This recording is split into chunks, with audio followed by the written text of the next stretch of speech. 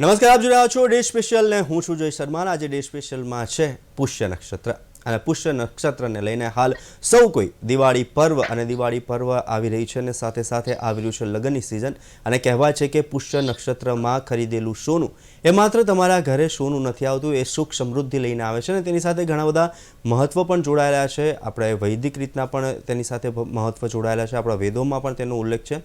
પરંતુ હાલ સવાલ એ થઈ રહ્યો છે કે પુષ્ય નક્ષત્રની અંદર સૌ કોઈ ઈચ્છે છે કે મારે સોનું ખરીદવું છે અને સોનું ખરીદીને મારે એ નક્ષત્રનો સમય સાચવવો છે, એ મુહૂર્ત સાચવવો છે અને પુષ્ય નક્ષત્રમાં ખરીદેલું સોનું એ સોનું ડબલ કરે છે। તેવી ઘણી બધી માન્યતાઓ છે, વેદોમાં પુરાણોમાં પણ તેનો ઉલ્લેખ છે। પરંતુ હાલ સોનું ખરીદવું ખૂબ જ મુશ્કેલ બની ગયું છે, કેમ કે તેનો ભાવ જે કહેવાય છે ને કે ભાવ ઘટશે, ભાવ વધશે, ભાવ વધશે કે ઘટશે, તેવા ઘણા બધા વિડંબના જોતા ભાવ સતત વધી રહ્યો છે ને અત્યારનો ભાવ 1,29,000 પાર પહોંચી ગયો છે। અને તેના કારણે માર્કેટમાં શું અસર છે, જે લોકોને સોનું ખરીદવું છે તેની ઉપર શું અસર પડી રહી છે, કેવા પ્રકારના લોકો સોનાના ઘરેણાં ખરીદી રહ્યા છે કે પછી તેઓ કોઈન અને બિસ્કિટ તરફ વળ્યા છે। અને બીજું, અત્યારે એક સોનામાં રોકાણ કરેલું તમને પ્રોફિટ કરાવશે કે સ્ટેબલ રાખશે કે પછી આમ તો લોસ તો નથી જ કરાવતું, ગોલ્ડ નોર્મલી લોસ કરાવતું છે, પરંતુ છેલ્લા ઘણા સમયથી આપણે જોયું છે કે ગોલ્ડ ઓલવેઝ પ્લસ રહ્યું છે। તો કેવું છે ગોલ્ડનું માર્કેટ અને કેવી છે હાલ જ્વેલર્સની સ્થિતિ અને કેવું છે પુષ્ય નક્ષત્રની અંદર ગોલ્ડનું રોકાણ અને ખરીદ, તે વિશે ચર્ચા કરીશું ડે સ્પેશિયલમાં। અને આ ચર્ચા કરવા માટે આપણી સાથે ગેસ્ટ પેનલમાં જોડાયા છે જીગર પટેલ કે જેઓ જ્વેલર્સ છે અને સાથે જોડાયા છે બ્રિજેશ પરીખ, વેલ્થ એક્સપર્ટ છે। બ્રિજેશભાઈ, જીગરભાઈ, આપનું સ્વાગત છે। જીગરભાઈ, પુષ્ય નક્ષત્ર, ઘણી બધી માનતાઓ, મહત્વ, તેની વાત તો કરવી જ છે, પરંતુ સાથે જ હાલ કેવો માહોલ જોવા મળ્યો છે નક્ષત્ર અને મુહૂર્તને લઈને, કેવું લોકો ખરીદી કરી રહ્યા છે ગયા વર્ષ, છેલ્લા 2-3 વર્ષમાં અને આ વર્ષની અંદર કેવો ફેરફાર તમને જોવા મળ્યો? પુષ્ય નક્ષત્રમાં આ વખતે ગોલ્ડના રેટ ઘણા હાઈ છે। ગોલ્ડના આ વખતના રેટ 1,31,000 ને પાર કરી ગયા છે। ગરાગમાં પુષ્ય નક્ષત્રમાં ખરીદીનો માહોલ સવારથી જ સારો છે, પણ લોકો અત્યારે લાઇટ વેટ તરફ અને ઇન્વેસ્ટમેન્ટની દ્રષ્ટિએ કોઈન તરફ વધારે વળ્યા છે। એટલે લોકો જ્વેલરીની સાથે સાથે જેને પ્રસંગ આવે છે એ લોકો તો જ્વેલરી લે જ છે, પણ જેને પ્રસંગ નથી આવતો એ લોકો ઇન્વેસ્ટમેન્ટ માટે ગોલ્ડ કોઈન વધારે પ્રિફર કરી રહ્યા છે। જીગરભાઈ, જે રીતના સોનું સતત હાઈ ટોપ ઉપર રહેલું છે, હજુ પણ હાઈ થઈ શકે છે તેવું પણ લોકો કહી રહ્યા છે, તેની માટે આપણે વેલ્થ એક્સપર્ટ સાથે વાત કરીશું। પરંતુ ઘણી વાર કહેવાય છે ને કે જે રીતના તમે લાઇટ વેટની વાત કરી, તો જે ગોલ્ડના જે હેવી જ્વેલરી છે તેની અંદર એનું જે વેચાણ છે તેની અંદર શું સરેરાશ કેટલો ઘટાડો જોવા મળ્યો? હેવી વેઇટ જ્વેલરી જે પ્રસંગો પાસ ચાલે છે ને સર, એની તો ડિમાન્ડ લગ્ન પ્રસંગની ને એની તો રહેવાની જ છે, પણ એમાં કેટલું એઝ અ જ્વેલર તમે એને લાઇટર વેટ આપી શકીએ કે જે વસ્તુ 100 ગ્રામની પહેલા બનતી હતી એને કઈ રીતે અમે 80 ગ્રામમાં ટ્રાય કરી શકીએ જેથી એનું બજેટ ગ્રાહકનું ઓછું થાય, એને એટલી જ બ્રોડનેસ, એટલી જ હાર્ડનેસ અને એટલો જ હેવી લુકનો ઇમ્પેક્ટ આવે, એ રીતનું દરેક જ્વેલર્સ અત્યારે એવા ટ્રાય કરી રહ્યા છે જેથી ગ્રાહકને એના લુકમાં કોમ્પ્રોમાઇઝ કર્યા વગર એમને એ જ વસ્તુમાં 15-20% વજનમાં ઘટાડો આવે। અને એના માટે જે નવી ટેકનોલોજી છે કે જે કેડ-કેમથી ડિઝાઇનિંગ કરીને આખું જે બનાવવાની રીત પદ્ધતિ બદલાઈ ગઈ છે, એનાથી એ ઇમ્પેક્ટ થઈ શકે છે અને એ ઘણું બધું સક્સેસફુલ પણ રહ્યું છે। હાલે લોકો લુક સાથે અને સાથે જ હેવી જ્વેલરી દેખાય તેની માટે જ્વેલર્સે પણ એક રસ્તો કાઢ્યો છે કે જેથી સૌ કોઈને તેમનો લુક અને સાથે જ તેમને જે ખરીદી કરવી છે કે મેં ગોલ્ડ લીધું તેવું લાગવું બી જાય, કારણ કે જે પ્રમાણે ભાવ વધી રહ્યો છે, જે હમણાં જે પ્રમાણે જીગરભાઈએ કીધું કે જે જ્વેલરી છે જે કેટલાક ગ્રામમાં બનતી હતી અને એટલા જ એના કરતા ઓછા ગ્રામમાં તેવી જ દેખાય તેને લઈને પણ જ્વેલર્સ હાલ ખૂબ જ મહેનત કરી રહ્યા છે। બ્રિજેશભાઈ, પુષ્ય નક્ષત્ર, એની સાથે આપણે ઘણી બધી માન્યતાઓ છે અને સોનું ખરીદવું એક કહેવાય ને કે પ્રથા છે, પરંતુ આ પુષ્ય નક્ષત્રમાં આ રેટ ઉપર સોનું ખરીદવું કેટલું યોગ્ય એઝ અ વેલ્થ એક્સપર્ટ, અને સાથે જ આ રોકાણ જે કરવામાં આવ્યું છે આ હાઈ રેટ ઉપર, એની અંદર સ્ટેબલ રહેશે, હાઈ જમ્પ મળશે કે નહીં? છે ને, પુષ્ય નક્ષત્ર એ એક શુભ મુહૂર્ત ગણવામાં આવે છે ને આપણા ઇન્ડિયન કલ્ચરમાં સામાન્ય રીતે મેરેજ પોઈન્ટ ઓફ વ્યૂ થી સોનાની જે પ્રથા છે લેવા દેવાની, એના પાર્ટ રૂપે એક સિસ્ટમ છે કે ભાઈ ઓવર આવે છે મારો અવાજ? જી જી. ઓકે, એટલે પુષ્ય નક્ષત્ર એક સારું મુહૂર્ત છે અને આપણી ઇન્ડિયન કલ્ચરમાં એક એવી પ્રથા છે કે ભાઈ મેરેજના કન્ટેક્સમાં સોનાની જે લેવડ દેવડ કરવાની રહેતી હોય છે દીકરીઓને અને દીકરાઓને બહુ આવતી હોય છે એના સંદર્ભમાં, તો એક કલ્ચર એવું રહ્યું છે કે વર્ષમાં એક સારા મુહૂર્તના દિવસે જ્યારે પણ અનુકૂળ આવે ને આપણું બજેટ પરમિટ કરતું હોય ત્યારે આપણે એ જે લેવડ દેવડ માટે જે સોનું કરવાનું રહેતું હોય છે એ સોનાને આપણે ધીમે ધીમે ભેગું કરતા રહીએ, એવા પર્પઝથી સામાન્ય રીતે સોનું ખરીદાતું હોય છે. અને એવું સોનું ખરીદતી વખતે જે તે સમયે જ્યારે એના ભાવ હોય છે એ થોડા સેન્ટિમેન્ટલ ખરીદી પર અસર કરતા હોય છે. જેમ આપણને જીગરભાઈએ વાત કરી કે ભાઈ પ્રાઇસ અત્યારે ઊંચા છે એટલે અમે બનાવતી વખતે પ્રાઇસમાં લોકોની એફોર્ડેબિલિટીને ધ્યાનમાં લઈને ઓર્નામેન્ટ્સ બનાવીએ છીએ. તો એ કન્ઝમ્પશન વાળી વસ્તુ હોય અથવા તો કોઈને નજીકના ભવિષ્યમાં ઘરમાં ફેમિલીમાં મેરેજ આવવાનો હોય તો એમની પાસે ચોઇસ નથી, કોઈ પણ પ્રાઇસ હોય એ પ્રાઇસે એમણે સોનું ખરીદવું પડે. બજેટ પરમિટ ન કરતો હોય તો એ જેટલા તોલા આપવા માંગતો હોય એની કરતા ઓછા તોલાનું ખરીદે, અથવા તો જે નંબર ઓફ આઇટમ્સ હોય એ જેમ જીગરભાઈએ કીધું એવી રીતે ઓપ્ટિમાઇઝ કરી અને ખરીદી શકે. સો કન્ઝમ્પશન વાળા માટે ચોઇસ નથી અને એમણે લેવું પડે. પણ જો ઇન્વેસ્ટમેન્ટ પર્સપેક્ટિવથી વાત કરવા જઈએ તો સોનું અત્યારે યુફોરિક ફેઝમાં છે. યુફોરિક ફેઝનો મતલબ એવો થયો કે એ પોઝિટિવ વિશિયસ સાયકલમાં છે. સોનાના પ્રાઇસ જે 2020થી જે સિચ્યુએશનમાં એક ડાયરેક્શનની અંદર વધ્યા છે એના કારણે એમાં જે લોકોએ પહેલા પૈસા રોક્યા છે એમને બેનિફિટ મળ્યો છે. તો સામાન્ય રીતે ઇન્વેસ્ટર સાયકોલોજી એવી હોય કે એને હંમેશા એવું જોવે કે ભાઈ બીજા કમાય છે તો હું રહી ગયો. અમારી ભાષામાં એને અમે ફોમો કહીએ, ફિયર ઓફ મિસિંગ આઉટ. તો એ ફોમોની નીચે જે સોના બાજુ ઇન્વેસ્ટમેન્ટ જે રીતે વધી રહ્યું છે, બરોબર છે, એમાં ઇન્વેસ્ટમેન્ટમાં ફિઝિકલ સોનું એકલું નથી, ઇવન સોનાના ઇટીએફમાં પણ રોકાણો ઓફ લેટ ઇન્વેસ્ટરનો ઝુકાવ એ બાજુ વધ્યો છે. અને એમાં પાછું છેલ્લા એકાદ વર્ષથી જે બીજું ઇન્વેસ્ટમેન્ટના જે માધ્યમ છે, દાખલા તરીકે આપણે શેર માર્કેટની વાત કરીએ અને આપણે રિયલ એસ્ટેટની વાત કરીએ તો એ પ્રમાણમાં થોડા ગ્રોથ રેટમાં મોડરેટ છે અથવા તો વધ્યા નથી. અને સોનું જે વધી રહ્યું છે ને ઓફ લેટ એ સોનાની સાથે સાથે સિલ્વર પણ જોડાણું છે. એટલે એ બેના કારણે સોના બાજુ એક યુફેરિક મૂડ થયો છે. અને જે ફિયર ઓફ મિસિંગ આઉટના જે સાયકોલોજીકલ ફેક્ટર છે એની નીચે જો સોનુમાં ઇન્વેસ્ટ કરવા અત્યારે જાઓ તો મારી દ્રષ્ટિએ હિતાવહ નથી. હેવિંગ સેડ ધેટ આપણે એમ કહી શકીએ કે જે પ્રકારના મેક્રો ઇકોનોમિક ઇન્ડિકેટર આપણા કન્ટ્રીમાં અને ગ્લોબલ જોવા મળે છે એ જોતા હજી આવનારા 6-12 મહિનામાં સોનામાં કોઈ પ્રકારનું કંઈ કરેક્શન આવે અથવા તો એમાં કોઈ મિનિંગફુલ ઘટાડો આવે એવી સંભાવના જોવા મળતી નથી. એટલે એવા ટ્રેડિંગ પોઈન્ટ ઓફ વ્યૂથી શોર્ટ ટર્મ થોડું રિસ્ક સાથે તમારે કંઈ ઇન્વેસ્ટમેન્ટ કરવું હોય તો એ કરી શકાય, પણ એ માટે તમને પોતાને ક્યારે નીકળવું એની સમજણ હોવી જરૂરી છે. બાકી જો તમે long term investment point of વ્યૂથી વાત કરતા હો કે જે આપણા ઇન્ડિયન કલ્ચરમાં સામાન્ય રીતે રહેતું હોય છે કે ભાઈ મારે સોનું છે એક પ્રોટેક્શનના ફોર્મમાં પણ આપણા ફેમિલીમાં રહેતું હોય છે, ઇન્ડિયનના ફેમિલીમાં, ગુજરાતીઓના ફેમિલીમાં ખાસ કરીને. તેવા પ્રોટેક્શન પોઈન્ટ ઓફ વ્યૂથી જોવા જઈએ તો ઇન્વેસ્ટમેન્ટની દ્રષ્ટિએ સોનું અત્યારે યુફોરિક ફેઝમાં હોવાથી હંમેશા સોનાથી થોડું એ ધ્યાન લઈને ચાલવું જોઈએ કે ભાઈ ઇન્વેસ્ટમેન્ટ માટે આ ભાવ વધેલા હોવાથી તમને કોઈ આગળ જે પાસ્ટમાં જે પ્રમાણે 2020થી અત્યાર સુધી જે ભાવમાં વધારો જોવા મળ્યો અને જેણે પહેલા લીધા છે એને જે ફાયદો જોવા મળી રહ્યો છે અત્યારે, એવો ફાયદો આગળના વર્ષમાં જોવા મળી શકે એક ડાઉટફુલ આઈટમ છે. જયભાઈ. જીગરભાઈ, દિવાળી, પુષ્ય નક્ષત્ર, હવે લગ્ન સિઝન, લગ્ન ગાળો આવી રહ્યો છે. લગ્ન ગાળાની અંદર લોકોને જ્વેલરી ખરીદવી કેટલી મુશ્કેલ પડી શકે છે? લગ્ન ગાળાની અંદર જ્વેલરી ખરીદવી મુશ્કેલ નો ડાઉટ છે. લોકો એક બજેટ ઓરિએન્ટેડ ચાલતા હોય, એને જ્વેલરીના જે રીતે ભાવ વધી ગયા તે રીતે એમનું કોઈનું જે 200 ગ્રામનું બજેટ હોય એ અત્યારે 100 ગ્રામ થઈ ગયું છે.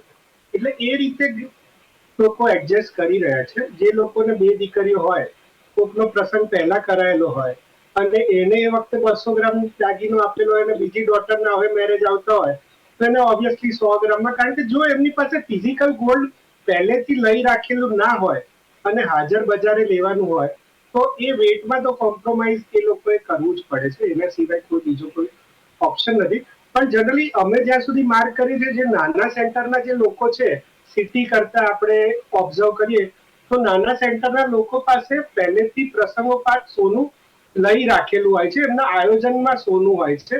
સિટીમાં રહેવા લોકો પાસે શું ઇન્વેસ્ટમેન્ટના ઘણા બધા પ્રકારો નવા જે આવતા હતા એ રીતે સ્ટોક એક્સચેન્જ છે, મ્યુચ્યુઅલ ફંડમાં છે, એમાં પણ એમને રોકેલું હોય, તો ફિઝિકલ સોનું નથી હોતું એમની પાસે. એટલે નાના સેન્ટરના લોકો જેની પાસે ફિઝિકલ સોનું છે એ લોકો એ વજનમાં કાપ કરવાનું આવતું જ નથી, કારણ કે એ ગોલ્ડ એક્સચેન્જ કરીને મજૂરીનો ડિફરન્સ આપીને સામે તેમની જ્વેલરી બાય કરી લેતા હોય છે.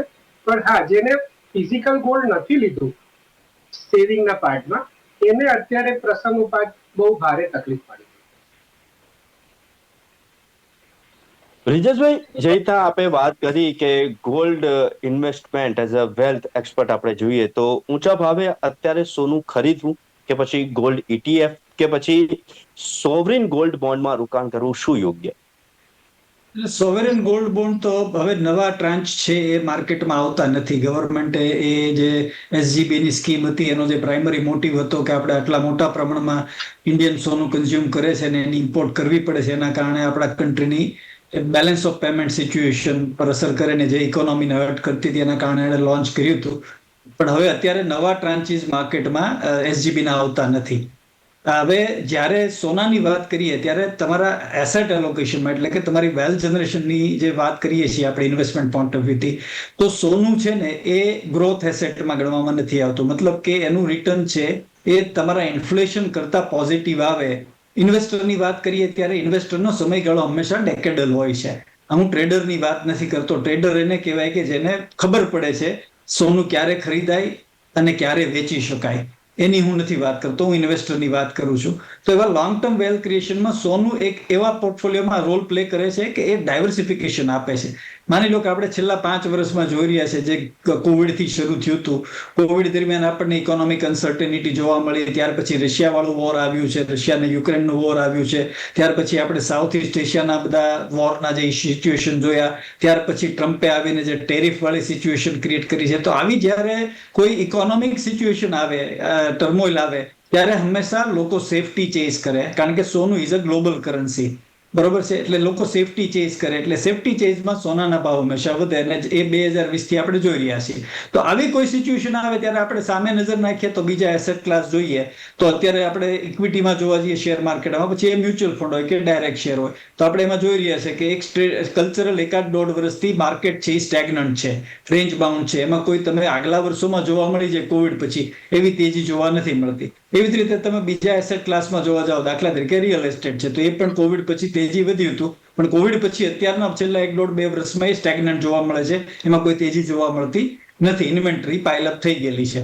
તો એ સંજોગોમાં આવું ક્યારે હોય ત્યારે આપણે જોઈ રહ્યા છીએ કે સામે સોનું વધી રહ્યું છે, તો તમારા પોર્ટફોલિયોમાં ડાયવર્સિફિકેશન ઇફેક્ટ લાવી હોય કે ભાઈ પોર્ટફોલિયોમાં જ્યારે બીજા એસેટ ક્લાસ મંદી અથવા તો સ્ટેગ્નન્સીનો સામનો કરતો હોય ને ત્યારે થોડું સોનું આપણા પોર્ટફોલિયોમાં હોય તો એ આપણને ડાયવર્સિફિકેશન બેનિફિટ આપે. પણ એ તમને ઇન્વેસ્ટમેન્ટ પોઈન્ટ ઓફ વ્યૂથી તમારા ઇન્ફ્લેશનને બીટ કરીને તમને ગ્રોથ આપે, કે જેમાં તમે તો કમાવ છો અને તમે પૈસા બચાવીને ઇન્વેસ્ટ કરો છો, પણ સાથે સાથે તમારા પૈસાને પણ હાર્ડવર્ક કરાવવું હોય તો લોંગ ટર્મ રિટર્ન જ્યારે આપણે સોનામાં જોશું તો એ ગ્રોથ એસેટ ક્લાસીસ જેવા કે ઇક્વિટીને બીટ કરવામાં એટલું બધું સફળ રહ્યું નથી. એટલે એક નાનો કમ્પોનન્ટ તમે ઇન્વેસ્ટર પોઈન્ટ ઓફ વ્યૂથી 10-20% તમે નાખો, અને મારો અંગત ઓપિનિયન એવો છે કે ઇન્ડિયનોને એવી જરૂર એટલા માટે નથી કે ઇન્ડિયને ઓર્નામેન્ટના ફોર્મમાં ગોલ્ડમાં ઇન્વેસ્ટ કરેલા જ હોય છે ને એ કદાચ એના ટોટલ એસેટના 10-20%થી વધારે પણ હોઈ શકે છે. પણ કદાચ કોઈને રસ હોય તો એ એમાં ઇન્વેસ્ટ કરી શકે. ફિઝિકલ ગોલ્ડ ડેફિનેટલી એમાં ઘણા બધા સ્ટોરેજથી માંડીને થેફ્ટથી માંડીને એવા બધા ચેલેન્જીસ આવતા હોય છે. એટલે જ્યાં સુધી SGB અવેલેબલ હતા ત્યાં સુધી SGB સારું વ્હીકલ હતા. હવે પછીનું નેક્સ્ટ બેટ લો કોસ્ટ જો ઇન્વેસ્ટમેન્ટ વ્હીકલ જોતું હોય તો એ ETF છે, એક્સચેન્જ ટ્રેડેડ ફંડના માધ્યમથી તમે ગોલ્ડમાં ઇન્વેસ્ટ કરી શકો, કે જેમાં તમારે ગોલ્ડની જવાબદારી તમારી નથી.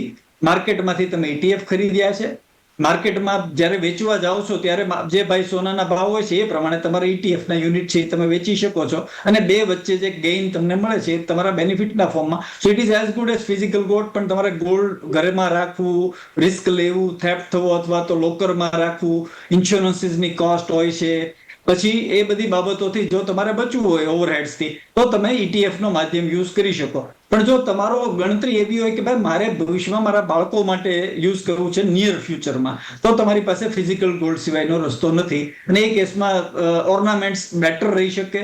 અને લગડી છે એ જો લોંગ ટર્મમાં હોય તો લગડી સ્વરૂપે તમારે જવું જોઈએ. સો આવી રીતે તમારે ઇન્વેસ્ટર અને કન્ઝમ્પશન બે પોઈન્ટ ઓફ વ્યૂથી અત્યારે જે સોનાની સ્ટ્રેટેજી બની શકે એ કંઈક આવી બની શકે. જયભાઈ. જીગરભાઈ, લગન સિઝન અને જે રીતના હવે ખરીદી ચાલુ થઈ ગઈ છે, પુષ્ય નક્ષત્રની અંદર ભાઈ લોકોએ ખરીદી કરી છે. તમે પણ કહ્યું કે હવે જે ઘરેણા હતા તે તેના કરતા ઓછા ગ્રામમાં બને અને એટલી જ બ્રોડનેસ દેખાય, એટલો જ રીચ લુક આપે, તે પ્રકારના હવે લોકો ખરીદી કરી રહ્યા છે. ત્યારે સવાલ બીજો એક એ થઈ રહ્યો છે કે ગોલ્ડના ભાવ સતત વધી રહ્યા છે.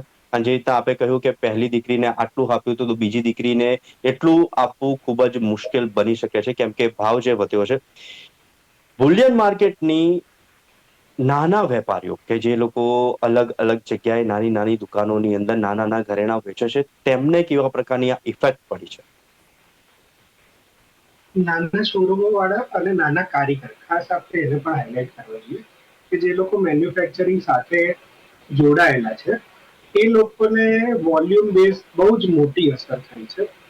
જેથી નાના નાના શોરૂમો જે પરા વિસ્તારમાં છે કે બીજે બધે છે, એ લોકો જે મંથલી જાણે કે કોઈ XYZ 500 ગ્રામનું મહિનાનું કામ કરતું હતું પહેલા, એ કામ સર અત્યારે 100-150 ગ્રામ પર આવી રહ્યું છે. અને જે વેપારીનું જે માર્જિન છે એ મેકિંગ પર જ હોય છે, તો એમાં ઘણી બધી ઇફેક્ટ થઈ છે. એટલે નાના વેપારીને આ રેટ પર સર્વાઈવ કરવું દિવસે ને દિવસે બહુ જ અઘરું થતું જાય છે. એ રીતે જે કારીગર, અમારા જે કારીગરો મેન્યુફેક્ચરિંગ લેવલના માણસો જે આની જોડે જોડાયેલા છે, એ લોકોને પણ જે વોલ્યુમ બેઝ જે પહેલા કામ મળતું હતું, એ કામમાં જે અત્યારે ઘટાડો આવી ગયો છે, એના હિસાબે બહુ જ ભારે અસર થઈ ગઈ છે. પણ એનું ડાયવર્સિફિકેશન એવું છે કે લોકો ગોલ્ડની સાથે સિલ્વર પર એટલા જ વળ્યા છે જ્વેલરીના ફોર્મમાં, કારણ કે એ પ્રાઇસ રેન્જમાં તમને એફોર્ડેબલ પ્રાઇસમાં મળી જાય છે. તો સામે વેપારીઓ ગોલ્ડની ઉપરાંત સિલ્વર એટલું રાખતા થઈ ગયા અને સિલ્વરનું વેચાણ એમને એમાં ગ્રોથ મળી રહ્યો છે. તો બંને ઇક્વલી ચાલ્યા કરે છે, પણ ગોલ્ડના વેચાણમાં 100% સર નાના વેપારીઓને અને મોટા વેપારીઓને બધાને જે વોલ્યુમમાં તો બહુ ભારે અસર જોવા મળે. જીગરભાઈ, ગોલ્ડની તો વાત કરીએ, સિલ્વરની વાત કરીએ તો સિલ્વરની જે કહેવાય કે લગડી કે પછી કોઈન્સ, તો સિલ્વર જે રીતના ગોલ્ડની અંદર કોઈ કોઈન લેતું હોય તો તેની અંદર બી ધીરે ધીરે કદાચ બજેટ ના હોય તો તે નાના ગ્રામમાં જતું હશે. તો સિલ્વરની જો વાત કરીએ તો સિલ્વરનું આખત વેચાણ કેવું રહ્યું? સર, સિલ્વરનું વેચાણ આ વખતે ઘણું સારું છે. અને સિલ્વરમાં જે પ્રમાણે છેલ્લા 3 મહિનામાં લોકોને ગ્રોથ મળ્યો છે, એ રીતે જેમ બ્રિજેશભાઈએ આપણને જે ફોબિયા વાળું જે આપણને સમજાવ્યું, એવું જ સિલ્વરમાં સર અત્યારે આખું વાતાવરણ ઉભો થઈ ગયું છે કે તમે જાણે કે XYZ રેટે તમે એન્ટર થયા સિલ્વરમાં, અને તમે તમારા 5 મિત્રોને કીધું કે ભાઈ મેં એક 30ની ચાંદી લીધી ને એક 35 થઈ ગઈ, તો એ 5 મિત્રો પણ તમારી જોડે એમાં જોઈન થવા લાગે છે, અમે રહી ગયા. એમ કરીને સર સિલ્વરની આપણે લાસ્ટ વીકની જો ડેટા લઈએ ને, તો બજારમાં સાહેબ સિલ્વર જ નથી. એમ હજી પણ તમે માનો તો સિલ્વરમાં બહુ જ હાઈ પ્રીમિયમ ચાલી રહ્યું છે. અને છેલ્લા 3 દિવસ એમ તમે શુક્ર, શનિ અને રવિ બજારમાં સાહેબ સિલ્વરના કોઈ રેટ નતું આપી રહ્યું. સિલ્વરની અછત ઊભી થઈ ગઈ હતી. નોટ ઓનલી અમદાવાદ, રાજકોટ, સુરત, મુંબઈ, ઝવેરી બજારથી માંડીને કોઈ જગ્યાએ સિલ્વર મળી જ નથી રહ્યું, કારણ કે સિલ્વરનું જે ઇમ્પોર્ટ હતું એના કરતા એનું કન્ઝમ્પશન વધી ગયું હતું.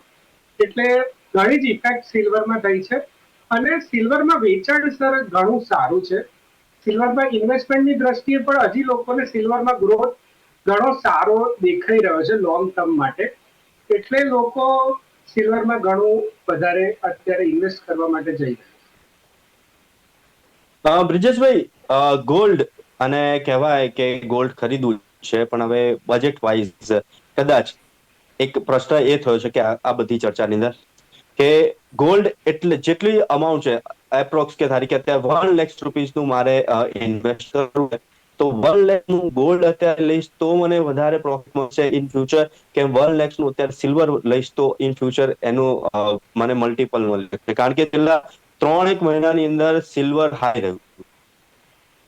સિલ્વરની આપણે જ્યારે વાત કરીએ છીએ ત્યારે આપણે આ ડેટા પર નજર નાખીએ તો સિલ્વરમાં યર ટુ ડેટ આપણે અત્યારે આપણી માર્કેટમાં ઇન્ડિયન માર્કેટની અંદર યર ટુ ડેટ સિલ્વરે આપણને લગભગ 29% જેવું, યર ટુ ડેટનો મતલબ એવો થયો કે જાન્યુઆરીથી આપણે ઓક્ટોબરમાં આવ્યા ત્યારે 29% જેવું રિટર્ન આપ્યું છે. અને એવી જ રીતે ગોલ્ડની વાત કરીએ તો એને યર ટુ ડેટ 39% જેવું રિટર્ન આપેલું છે એપ્રોક્સિમેટલી. પણ સિલ્વરમાં જે આપણે તેજી જોઈ રહ્યા છે એ તાજેતરની વધારે છે, અને તાજેતરની વધાર પાછળના જે સિનારીઓઝ છે એ છે સિલ્વરમાં સપ્લાય ક્રંચ ઊભો થયો છે. આપણે જો ઇન્ટરનેશનલ LBMA અને કોમેક્સના જો ડેટાને ધ્યાનમાં લેવા જઈએ તો ગ્લોબલ ઇન્વેન્ટરી એટલે કે ગ્લોબલ સ્ટોક ઓફ જે સિલ્વર છે ને એ ડેકેડ લો અત્યારે દેખાડે છે. ડિમાન્ડ અને સપ્લાયનો જે જીગરભાઈએ વાત કરી એમાંથી એની જે સ્ટોક છે, અવેલેબલ ઇન્વેન્ટરી છે એ ડેકેડલ લો છે, મતલબ ડિમાન્ડ વધારે છે ને સપ્લાય નથી. એવી જ રીતે સિલ્વરની જે માઇનિંગ છે ને એ મોસ્ટલી બાય પ્રોડક્ટ છે, મતલબ કે સોનાની જેમ ખોદી અને સિલ્વર નીકળી નથી જતું. સો પ્રોડક્શનને ઝડપથી ડિમાન્ડ વધે તો પ્રોડક્શન વધારવું એમાં પોસિબલ નથી, બરોબર છે. અને એવી જ રીતે ઇન્ડિયન સિલ્વર પણ ડેકેડલ લો પર ચાલી રહ્યું છે, એટલે સપ્લાય નથી અવેલેબલ અને ડિમાન્ડ વધારે છે, એના કારણે એના પ્રાઇસીસ રાઇઝ થઈ રહ્યા છે. પણ એ દ્રષ્ટિએ જોવા જઈએ તો ગોલ્ડ અને સિલ્વરની કમ્પેરિઝન કરીએ અને આપણે એમ માનીએ કે આપણી પાસે બે જ ઇન્વેસ્ટમેન્ટ વેહિકલ છે, એ દ્રષ્ટિએ જોવા જઈએ તો સિલ્વર અત્યારે આ સ્ટેજે સિલ્વરમાં રોકવું કદાચ વધારે ફાયદાકારક રહેશે ગોલ્ડની સરખામણીમાં, કારણ કે ગોલ્ડ છે એ ઘણું બધું વધી ચૂકેલું છે અને એના જે ડ્રાઇવિંગ ફેક્ટર છે એ એટલા સ્ટ્રોંગ નથી જેટલા સિલ્વરના ડ્રાઇવિંગ ફેક્ટર છે. તો ગોલ્ડ અથવા સિલ્વર બેમાંથી જ એક પસંદ કરવું પડે એવી સિચ્યુએશન હોય, જે તમારો સવાલ હતો, તો I would lean toward silver કદાચ પ્રમાણમાં સેફર રહેશે અને થોડું રિટર્ન એમાં મળવાની સંભાવના ગોલ્ડ કરતા વધારે મળી શકશે. કેમ કે હવે જે પ્રમાણે અગાઉ પણ આપણે કહ્યું કે ગોલ્ડ છે તે એની મહત્તમ સપાટીએ પહોંચ્યું છે, હજુ તે આગળ જ વધી રહ્યું છે અને પ્લસ જ થતું જશે. પરંતુ જે પ્રમાણે ઉછાળો ચાંદીમાં જોવા મળી રહ્યો છે તો ચાંદીની અંદર પણ હવે લોકો અંદરો અંદર, કારણ કે આ ફેમિલીની જ વાત છે કે ફેમિલીની અંદર પણ કહેવામાં આવી રહ્યું છે, જે રીતના તમે કહ્યું કે ભાઈ મેં ચાંદીનું આટલું કોઈન લીધું કે આટલું ગ્રામ લીધું છે તો એનો ભાવ અત્યારે આટલો થઈ ગયો છે. કેમ કે બીજો એક પ્રશ્ન એ બી છે, કેમ કે મધ્યમ વર્ગના વ્યક્તિ જ્યારે કોઈ આ પ્રમાણેનું ગોલ્ડનું જ્વેલરી ખરીદવા જાય તો ત્યારે તેને જોઈએ તેવી ગોલ્ડની જ્વેલરી નથી મળી શકતી. આ બજેટની અંદર ઓછા ગ્રામમાં જવું પડે છે અને તેની સામે જોવા જઈએ જો એઝ અ ઇન્વેસ્ટમેન્ટ કે તમારે લગડી કે એવું લેવું હોય તો અત્યારે સિલ્વર જે પ્રમાણે હાઈ ચાલી રહ્યું છે તો હાઈની અંદર રોકાણ કરવાથી તે લોકોને એટલો જ પ્રોફિટ મળી શકે એમ છે. બ્રિજેશભાઈ અને જીગરભાઈ, આપ અમારી સાથે ચર્ચા કરવા માટે જોડાયા અને ખૂબ જ સરસ માહિતી આપી, તે બદલ ખૂબ ખૂબ આભાર. તો આજે ડે સ્પેશિયલમાં આજની ચર્ચા સોનું ઓલ ટાઈમ હાઈ અને તે અધધ વધી જ રહ્યું છે. તો બીજી તરફ ચાંદી કે જે કહેવાતું હતું કે સિલ્વર એફોર્ડેબલ છે, પરંતુ હવે સિલ્વર પર ધીરે ધીરે આગળ વધી રહ્યું છે અને તેનો ભાવ પણ ધીરે ધીરે ઉચ્ચ કક્ષાએ પહોંચી રહ્યો છે અને લોકો ઇન્વેસ્ટમેન્ટ માટે ત્યારે ગોલ્ડની સાથે સાથે સિલ્વર ઉપર પણ એટલું જ ફોકસ કરી રહ્યા છે. તો હાલ ડિસ્કશનમાં બસ આટલું જ. આવતીકાલે નવા વિષય સાથે મળીશું અને કરીશું ચર્ચા. હાલ મને આપશો રજા. નમસ્કાર.